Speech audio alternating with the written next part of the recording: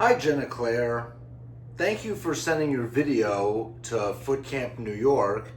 Today I'm excited to review your running gait and hopefully I can find some technique patterns that are potentially contributing to your complaint of shin splints.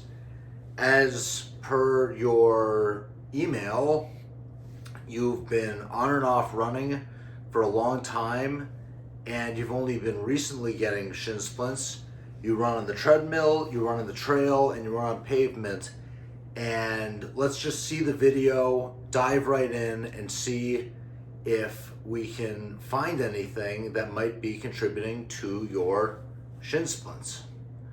So here's video one, and here's a video from behind.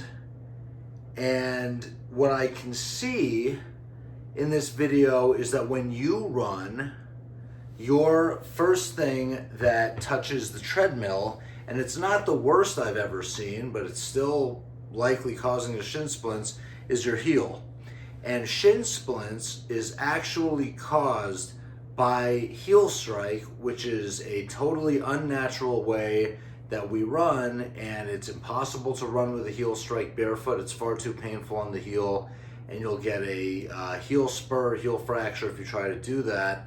But with cushioned running shoes, they incentivize us that the first thing that touches the ground is the heel.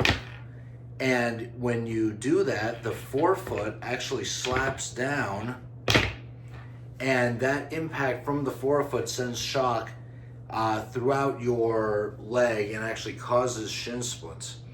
So the best runners in the world who grow up running barefoot and have tremendous arch strength, and they have a technique where they run on their forefoot, which is how I want you to run. And what happens when you run on your forefoot, your entire body, when you lift up your heel, it's actually because the weight of your body is much more forward. Your heel will come up off the ground just like you're falling forward like this. And running is a controlled falling forward motion. And when you run on your forefoot, which is right here, instead of your heel, your Achilles tendon can absorb and recycle the impact shock from the ground into the next step. When you run on your heel, which is what I'm seeing from both of these videos, and you run with a heel strike, heel to toe, the impact shock goes into your ankles, knees, hips, low back, upper back, and then shins, and causes things like shin splints.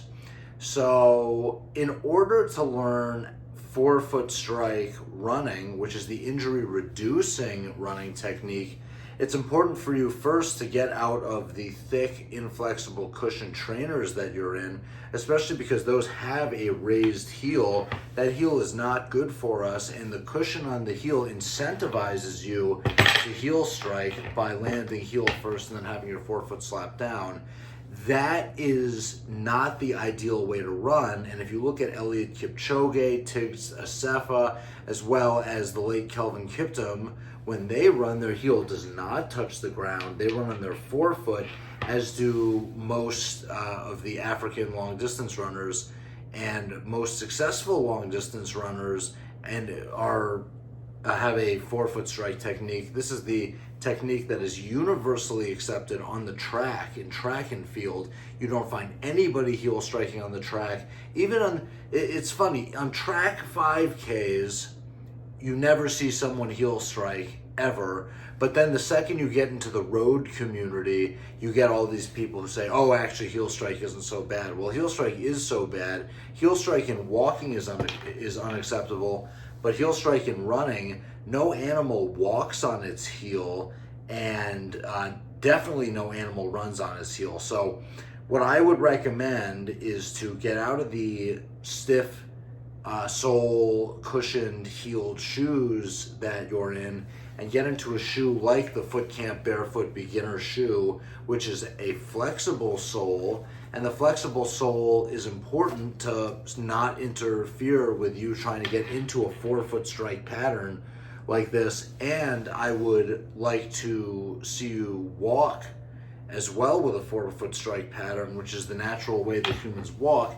And overall, if you eliminate the heel impact with the ground, as your heels should not touch the ground when you walk or run, if you eliminate that, you should start seeing a reduced total amount of impact shock into your body, which is going to reduce the prevalence of shin splints.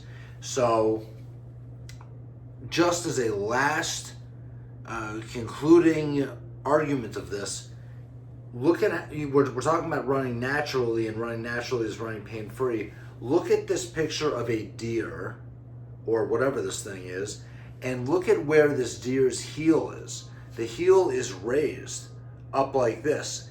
And people say, oh, is that its elbow? It's not its elbow. It's actually its heel back here. And with human beings, we are no different. We do not walk heel to toe. We don't run heel to toe. Our heel is up here. And just because it's a shorter appendage on human beings doesn't mean that it's not there. So we should be running with our heel in the air. We should be walking with our heel in the air, much more like deer run. And that is going to reduce the total impact shock on our orthopedic system, and it's likely going to improve your symptoms of shin splints due to eliminating the impact shock from heel strike. And I'd recommend getting into a FootCamp barefoot beginner shoe to do so, to strengthen your arch muscles. And when you strengthen your arch muscles, that's going to allow you to keep your heel in the air. And this is a flexible, thin sole, a zero drop design, and a foot-shaped toe box that's going to provide a nice stable base for the front of your foot as you learn how to run on your forefoot. So there you have it. And thank you again, Jenna-Clare, for sending in your video.